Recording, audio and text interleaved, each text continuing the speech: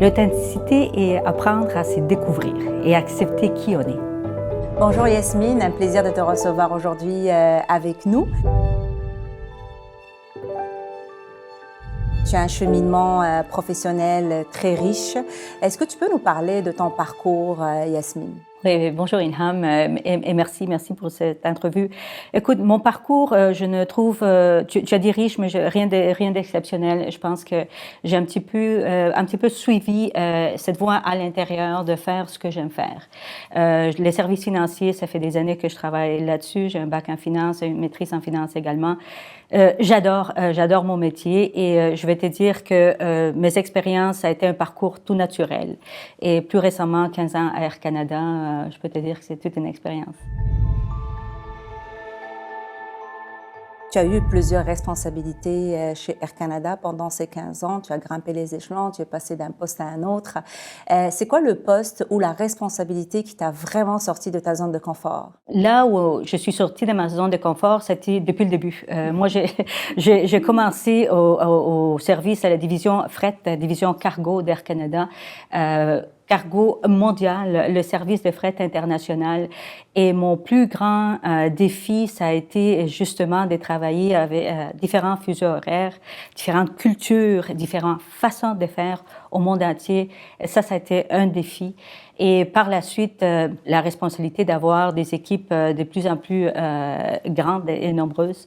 Donc, ça sort de ta zone de confort. Air Canada traverse actuellement une période difficile avec la pandémie. Est-ce que vous avez une boîte à outils d'expérience personnelle que tu voudras partager avec nous? En fait, au niveau des boîtes à outils, je vais te dire que lorsque ça l'a frappé, que le monde s'est arrêté, que j'ai vu notre carte, on a une carte où on voit tous les vols, les avions qui traversent le monde entier. J'ai vu cette carte vide. C'était un choc. Bon, il y a quelque chose de grand qui se passe. Nous avons émigré ici au Québec en 82. Je me rappelle, le premier conseil de mon père, ça a été tu vis maintenant une nouvelle réalité, tu t'adaptes et tu apprends et tu découvres et tu embrasses ton nouveau monde. Et pour moi, quand c'est arrivé, c'est différent. Faut s'adapter, faut connaître quel est le défi qui vient devant nous. Et ce qui m'a fait le plus de bien, c'est cette absence de peur. Une fois que j'ai saisi, allons-y, on a un nouveau défi devant nous. Oser affronter les nouveaux défis. Oui, mais oui, parce que c'est une nouvelle réalité. C'est-à-dire, je me suis toujours dit, lorsque le sol bouge, cherche ton équilibre. Et je pense que c'est chercher un endroit où je trouve du confort et c'est surtout comment tu t'adaptes. Nous, les femmes, parfois, on a du mal à accepter nos échecs, pour rebondir par la suite, alors que c'est des opportunités qu'il faut saisir pour aller plus loin et grandir. Qu'est-ce que tu en penses? Comment toi, tu as vécu tes échecs? On est perfectionniste, je suis perfectionniste de nature, donc un échec avait généralement tendance à devenir très grand. Ce que j'ai appris, c'est que on s'améliore, définitivement, on prend conscience de ce qu'on a fait.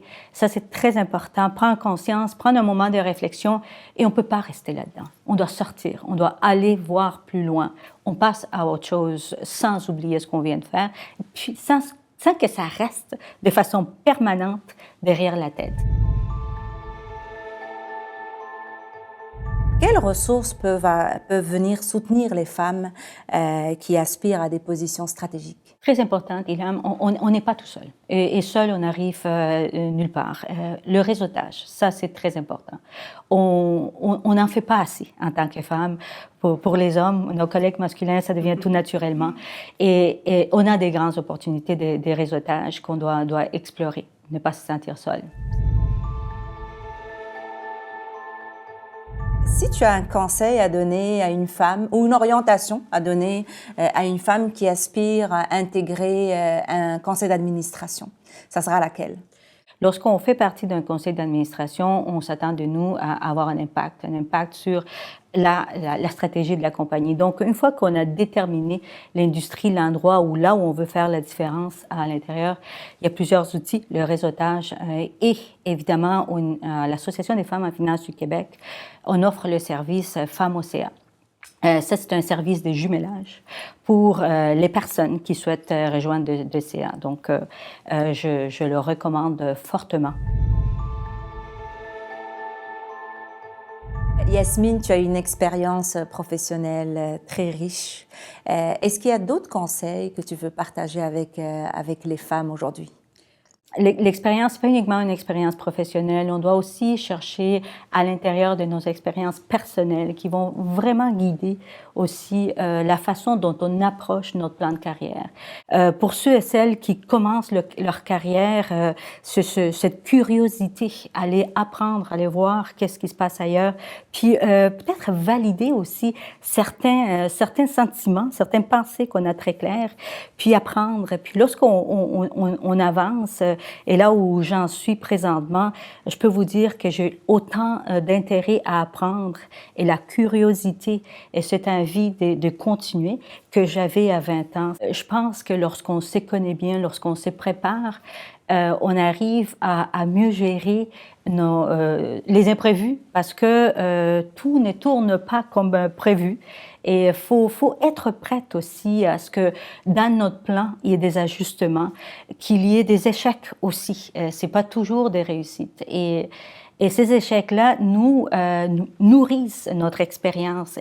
Ce que j'aimerais ajouter, c'est se faire confiance en tant que femme, en tant qu'individu, en tant que personne qui va faire un changement, et aussi la passion, garder cette étincelle toujours allumée à l'intérieur de nous.